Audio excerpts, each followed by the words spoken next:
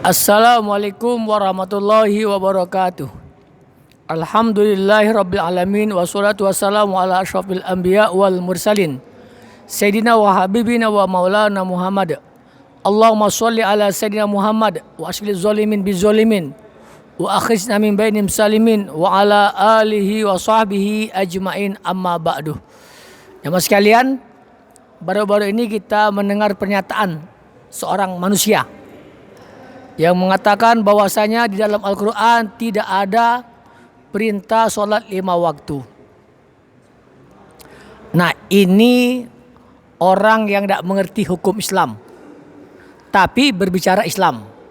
Memang salah satu tanda penghancur Islam, Nabi Muhammad SAW mengatakan ada 3. Ya, orang yang menghancurkan agama Islam itu ada 3. 1, pemimpin zalim. 2, orang ulama yang bermaksiat, ulama yang melanggar agama. Dan 3, orang bodoh yang berfatwa. Bodoh di sini bukan berarti tidak sekolah, tapi tidak memahami dasar-dasar ilmu agama, tapi dia berani berfatwa. Memang kalau secara rinci di dalam Al-Quran tidak ada menjelaskan sholat 5 waktu secara rinci. Ya. Tapi Al-Quran menjelaskan secara umum. Nah, di dalam hukum Islam ini, dalam agama Islam, sumber hukum Islam itu ada 2 yang disepakati. Ya, walaupun ada yang mengatakan yang 3 ijma ulama. Tapi pada dasarnya ada 2, Al-Quran dan Al-Hadis. Al-Quran menjelaskan secara umum, Al-Hadis memerincikan. Di dalam surat An-Nahl ayat 44, Allah menjelaskan bahwasanya kami turunkan Al-Quran kepada engkau wahai Muhammad untuk menjelaskan kepada mereka apa yang diturunkan kepada mereka. Jadi tentang waktu sholat ini memang secara rinci tidak ada, tetapi secara umum ada. Dalam surah Al-Isra ayat 78, Allah SWT berfirman, A'udzubillahi minasyaitonirrajim, aqimis sholata liduluki syamsi ila ghasaqil laili wa qur'anal fajr. Inna qur'anal fajri kana masyhuda. Dirikanlah sholat karena tergelincirnya matahari dan gelapnya malam, sampai gelapnya malam. Dan dirikan juga sholat subuh.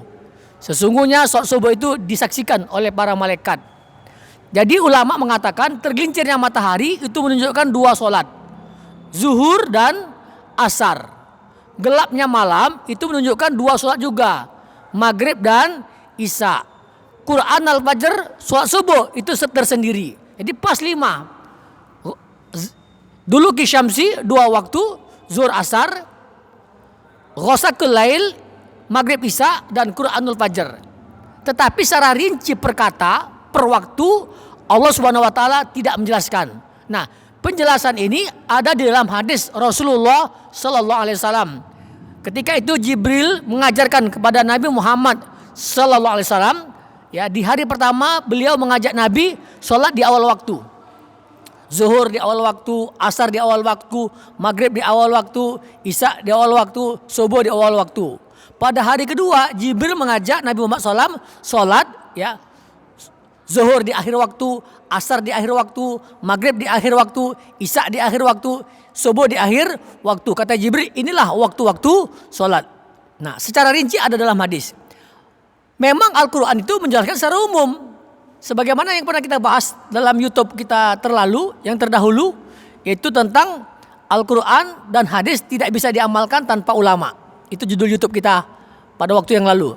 Jadi Al-Quran itu menjelaskan secara umum, sama dengan jumlah rakaat. Nanti kalaupun dia berkoar-koar lagi, wah, di dalam Al-Quran tidak ada rakaat sholat. Betul, dalam Al-Quran tidak ada rakaat sholat, tapi rakaat sholat itu ada dalam hadis Rasulullah Sallallahu Alaihi Wasallam. Jadi Al-Quran itu memerintahkan kepada kita sholat, puasa, haji, zakat itu secara umum. Nah, global, secara rincinya diterangkan oleh hadis Nabi Muhammad Sallallahu Alaihi Wasallam. Baik itu waktunya, ya, rakaatnya, gerakan-gerakan sholat dan lain sebagainya. Dan sumber hukum Islam itu adalah Al-Quran dan Al-Hadis. Dikatakan oleh Allah dalam Al-Quran, wa may yuti rasul faqad ata Allah. Barang siapa taat kepada Rasul, maka berarti dia taat kepada Allah. Mengamalkan hadis itu sama dengan mengamalkan Al-Quran.